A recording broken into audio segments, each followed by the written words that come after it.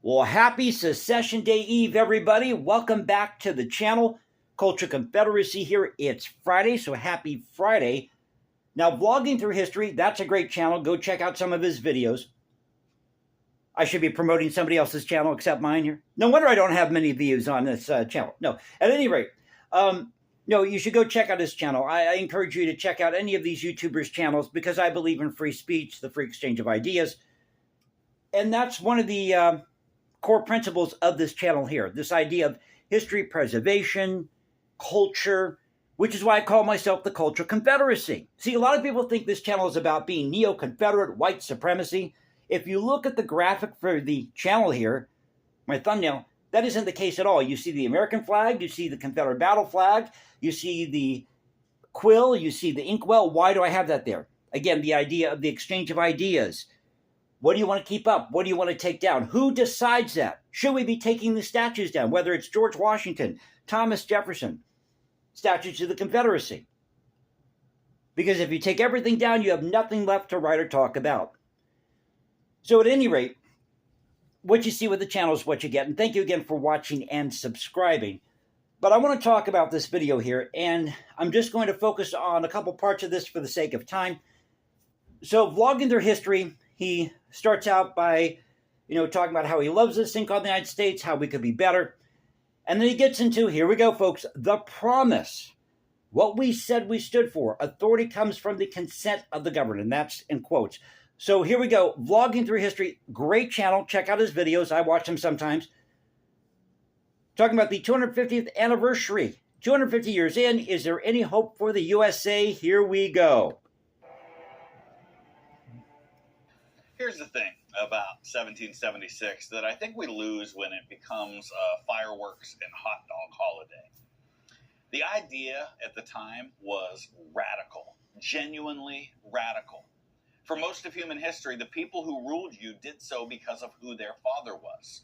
Kings, bloodlines, the accident of your birth decided everything, where you the divine right of kings would live, what you would do for a living, whether your voice counted for anything at all. Now, this was not the first democracy in history. It wasn't the first republic in history. Ancient Greece, ancient Rome. But a bunch Rome. of colonists 3,000 miles from London stood up and said, people can govern themselves. Authority comes from the consent of the governed. We will rule ourselves. That was the promise that they made. And right there in the Declaration of Independence is the line that their whole experiment hangs on, that all men are created equal. Well, it wasn't a promise. It was a declaration. We will rule ourselves. We no longer need a king. And I mentioned this before. What they really wanted was a second Europe without a king. Because they saw all the corruption happening under the monarchy. And they argued that the king wasn't going after Parliament, which wasn't holding up its end of the bargain and protecting the rights that they had under what they called the ancient constitutions. That they are endowed by their creator with certain unalienable rights. Now, I know what you're thinking. Here we go, folks. Here we go. We didn't live up to that line. Not in 1776, and if I'm honest, not fully today. Now, I'm going to come back to that. But I want us to think about how extraordinary it was at the time that they not only said those words, but they wrote them down. They put the standard on paper. They handed every generation that came after them a measuring stick. And that measuring stick has been used over and over again by people demanding that this country actually be what it claims to be. And what exactly is that? Because if we're talking about self-governance, the way that California governs itself, is going to be different than the way Florida governs itself, or New York, or New Jersey, or Minnesota. You name the state. So right there we have inequality that we this idea of equality, we can't live up to it because we already have states wanting to govern themselves. So that means, as I said, California is going to govern itself differently than Florida because the geography is different. The political beliefs are different. The religion might be different. The traditions. I lived in Northern California, and I can guarantee you this is funny. When I lived in California, The similarities between Californians and Florida, or Floridians rather, is very striking. The weather in many ways is similar. Of course, you've got snow in the mountains if you live in the Sierras. But there's a lot of similarities between Southerners and people out west, believe it or not, or the Southwest. And when I think about what that promise looks like in a single human life, I think about a man who you've probably heard me talk about before, James Garfield. Garfield was born in a log cabin right here in Northeast Ohio, dirt poor, lost his father when he was a toddler, worked on a canal boat at a young age, and through nothing but his own tenacity and his own mind, this man became a scholar, a college president, a Civil War general, a congressman, and eventually president of the United States. Which proves a point, actually, that the founders were making, that we will govern ourselves and we are willing to take the risk to govern ourselves because we understand that nothing is guaranteed. The right to life, liberty, and pursuit of happiness doesn't mean that you're going to get all those things. It means the person you're trying to pursue that. It isn't a guarantee. Now, this idea that there was a quote-unquote standard that we have failed to live up to, or that the founders passed down to future generations, really wasn't the case. All you have to do is look at the Declaration of Independence. See, everybody talks about that line, all men are created equal, but they never refer to the first paragraph, because the Declaration of Independence is just that. It's a Declaration of Independence. And this is over at the Avalon Project, Yale Law School. Great website. I use the Avalon Project a lot here on the channel. But I like the way they have things laid out. You just go in there, you find the documents, you can read them, maximize them, whatever you want to do. It doesn't have to be a PDF file. You go to a lot of these sites and you have to download some PDF file. It's a real pain in the butt. So it says here, Declaration of Independence, July 4th, 1776. When in the course of human events it becomes necessary for one people to dissolve the political bands which have connected them with another, and to assume among the powers of the earth the separate and equal station to which the laws of nature and of nature's God entitle them, a decent respect for the opinions of mankind requires that they should declare the causes which impel them to the separation. This is a declaration of secession. We are seceding from the crown. We are seceding from the mother country, Great Britain. Now let's talk about this line, all men are created equal. Well, people read that line and they just assume, equality across the board for everybody. But they never bother reading what follows. We hold these truths to be self-evident, that all men are created equal, that they are endowed by their Creator with certain unalienable rights, that among these are life, liberty, pursuit of happiness, etc., etc. And to secure these rights, governments are instituted among men, deriving their just powers from the consent of the governed. That whenever any form of government becomes destructive of these ends, it is the right of the people to alter or abolish it, and to institute new government, laying its foundation on such principles and organizing its powers in such form as to them shall seem most likely to affect their safety and happiness. So it really wasn't about this idea of what we would consider, what we call equality today. It was about political representation. This idea that we want to govern ourselves. It says it right here, laying its foundation on such principles. That we are going to pursue life, liberty, the pursuit of happiness. And to secure these rights, this is through governments that are instituted among men, deriving their just powers from the consent of the governed. That's what's missed in all this. So getting back to the video here for the sake of time. A man who came from nothing. So he's talking about James Garfield. I'm just going to skip ahead, as I said, for the sake of time here. The son or daughter. The honest part. The honest part. And just give you the varnished gift shop version of this country. Because I'm the guy who's always telling you that it is not patriotic to ignore history. It's idiotic to ignore history. I agree with that. Let's be honest about the 250 years as well. That same founding that gave us self-government left a whole lot of people out of the word equal.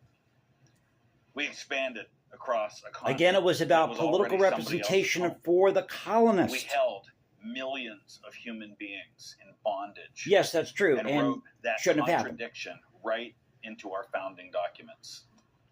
But then we can say the same thing about ancient Rome or ancient Greece, that we're discovering this thing called democracy. Remember Athens? They had slaves. Rome had something called a Senate. They had slaves. There have been millions of lives who were caught in that gap between what we said we were and what we actually were. Now, here's what I want you to hear. And what exactly is that? This is Again, it goes back to self-governance. We will rule ourselves. We don't need a king. the part that I think people get wrong in both directions. Acknowledging all of that doesn't make me love this country less. It's actually the opposite. Loving your country is like loving a member of your own family. You don't love them by pretending that they've never done anything wrong. You love them clear-eyed. You see the flaws, you call them out honestly, and then you love them anyway. Because you understand that no nation on earth, no nation on earth is perfect. And because you love them, you want them to be better. And here's the thing that I think the cynics miss. The genius of America was never that we were perfect, because we've never been perfect. The genius is that we have built a country with the capacity to change. A country whose own founding documents could be turned around and used to hold it accountable. Frederick Douglass did that. Lincoln did that. Martin Luther King stood on those marble steps of the Lincoln Memorial and didn't tell America to tear up the Declaration of Independence. No, he called us to finally cash the check that we had written. Now, on that note about MLK, and this is over at Stanford's website, Stanford University, the Martin Luther King Jr. Research and Education Institute, talking about communism. People forget that when the Civil Rights Movement happened, this was at the height of the Cold War, late 1950s, early 1960s, or in the 60s, even into the 70s. We were still involved in this thing called the Cold War. You still have the Soviet Union. So it says here, in the Cold War climate of the 1950s and 1960s, the threat of communism galvanized public attention. And I bring this up because there's a lot of allegations about MLK Jr. being a communist.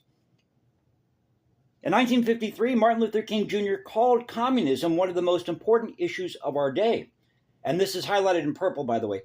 As King rose to prominence, he frequently had to defend himself against allegations of being a communist, though his view that communism and Christianity are fundamentally incompatible did not change, although sympathetic to communism's core concern was social justice. And I brought this up here on the channel before. Hitler, Mao, Stalin, all these dictators, Castro, they believed in social justice. They did. They tore down statues. They purged their society of all the unwanteds. They made all these promises. We're going to make sure that the trains run on time. So we have to be very careful, pardon me again, when we say social justice. What do you mean by that? Because again, Hitler, Castro, Mao, Stalin, they followed this idea of social justice in their own way, their own definition of it. Goes on to say, King complained that with its quote-unquote cold atheism wrapped in the garments of materialism, communism provides no place for God or Christ.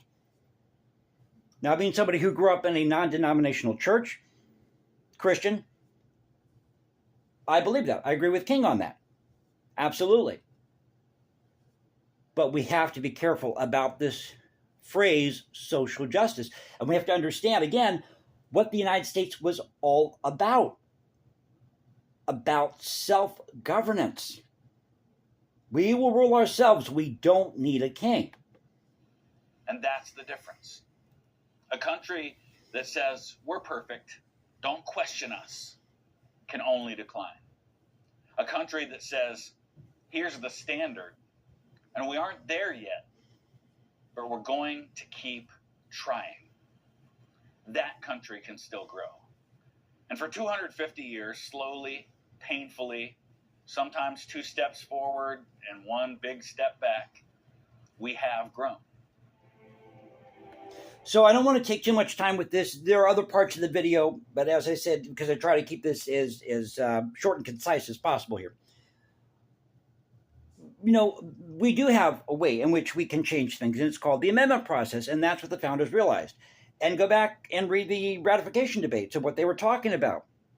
They flat out rejected this idea of a negative state law. Even the Confederacy understood that you have to have the amendment process. And yes, the Confederacy allowed for slavery, but slavery was still legal under the U.S. Constitution between 1861 to 1865, all during the Civil War. And why was that? Because slavery was seen at the time as more a state issue. We're talking about self-governance. Well, South Carolina should be able to handle its own issues with slavery. If they're going to pass a law to abolish it, which there was a lot of discussion about that actually in the South, believe it or not. You had a lot of abolition societies in the South, believe it or not. Some of them may have waned during the Civil War, but they did exist. But they raised these concerns with the North. Well, you want to free these slaves? Well, you know, you're not providing a better alternative here. What are you going to do to make their lives better? They made that argument in the secession documents. So it all goes back to self-governance is my point. I can't hammer that enough. But I hope you enjoyed the video. Tell me what you think in the comments section below. Hope it was informative. Again, I watch Vlogging Through History's channel. It's a great channel. Go check it out. He's writing a lot of things here. He's got great videos out there. And this is no knock on him personally. I'm just, making an argument here. And, so again, tell me what you think in the comment section below. And you can follow me at Instagram, Jason197711. Find me at Substack, or go to Culture Confederacy at CultureConfed1 on X. This is the Culture Confederacy saying peace out. Stay safe, everybody. Keep up the culture. God bless, and I'll catch you next time. Take care.